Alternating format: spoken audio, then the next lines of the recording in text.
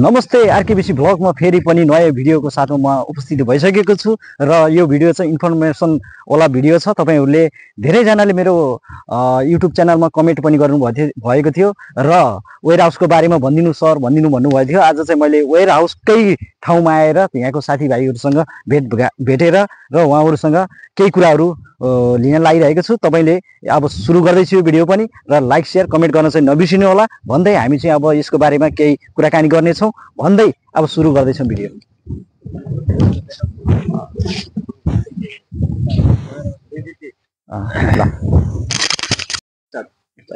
ल मैले चाहिँ वेयर हाउसमा काम गर्ने भाइ हाम्रो पालपाली भाइलाई लिएर आएको छु र उहाँले आफ्नो इन्ट्रोडक्सन दिनुहुन्छ। नमस्कार, मेरो नाम सुदन घिमिरे, घर पाल्पा नेपाल, हाल बेलारुस कार्यरत।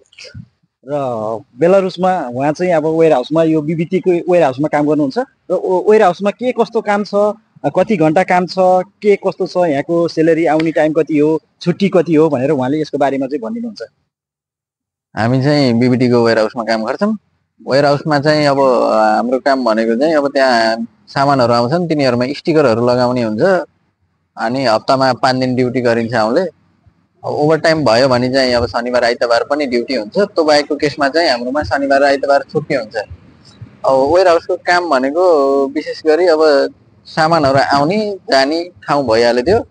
त्यसमा त्यति गाह्रो कामहरू हुँदैन। ठुलो सामानहरू अब फोर्कलिफ्टहरूले उठाउँछ, हामीले त्यति साह्रो सामानहरू उठाउने राख्ने यताउति गर्नु पर्दैन। सामान्य 2-4 केजीको सामानहरू उठाउने राख्ने गर्नलाई अब त्यसलाई त्यो वेट भन्न मिलेन, त्यो जसले पनि गर्न सक्ने कुरा भइहाल्यो। काम सजिलो छ, राम्रो छ।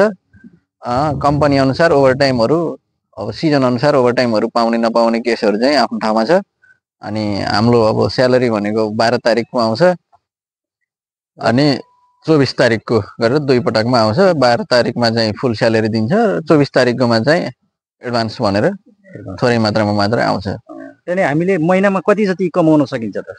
यहाँ भनेको तपाईको अब सिजन चलेर राम्रै भयो भने भनौँ अब 80-90 देखि लिएर 1 लाख रुपैयाँ 1,20,000 सम्मको पनि कमाउन सकिन्छ। त्यहाँदेखि यस्तो छ, अब मलाई मेरो सब्सक्राइबर साथीहरू होइन र जतिजना नयाँ साथीहरू हुनुहुन्छ होइन, उहाँहरूले नेपालबाट के भन्नुहुन्छ भने कस्तो छ वेयर हाउसमा भनेर भन्नुहुन्छ। उहाँ नयाँ आउने नेपालबाट आउने साथीहरूलाई के भन्न चाहनुहुन्छ वेयर हाउसको लागि? नयाँ आउने साथीहरूलाई अब एकचोटि कम्पनीहरूमा पनि राम्रोसँग बुझेर आउनु होला। प्लस अब कम्पनी कतिको चल्ने कम्पनी हो त्यही अनुसार तपाईहरुको स्यालेरी हुने हो। सामान्य बेसिक स्यालेरी मात्रै भयो भने चाहिँ थोरै नै हुन्छ। तपाईको ओभरटाइम चलेर राम्रो भयो भने चाहिँ अलिकति कमाउन सकिन्छ। त्यही नै हो। बस्नको लागि कस्तो छ? राम्रै छ। बस्नको लागि हाम्रो धेरै राम्रो व्यवस्था छ। हामी अब 7 जना छौं। 7 जनालाई बस्न खाना यताउति राम्रै छ। बसाइ खाना चाहिँ आफ्नै कम्पनीको भयो, खानपिन हामी आफ्नै भयो। त्यहाँदेखि फेरि भाइहरूको कस्तो छ भने ठ्याक्कै कम्पनीबाट काम गर्ने ठाउँ पनि नजिकै छ होइन? हाम्रो काम गर्ने ठाउँ, बस्ने ठाउँ देख्न सक्नुहुन्छ नजिकै छ। यो पछाडिपट्टिको हाम्रो यो पछाडिपट्टि हामी यो कम्पनी हो। हाम्रो बसाइ होस्टेल यही हो। कम्पनी त्यही हो। कम्पनी चाहिँ त्यही नजिकै छ होइन?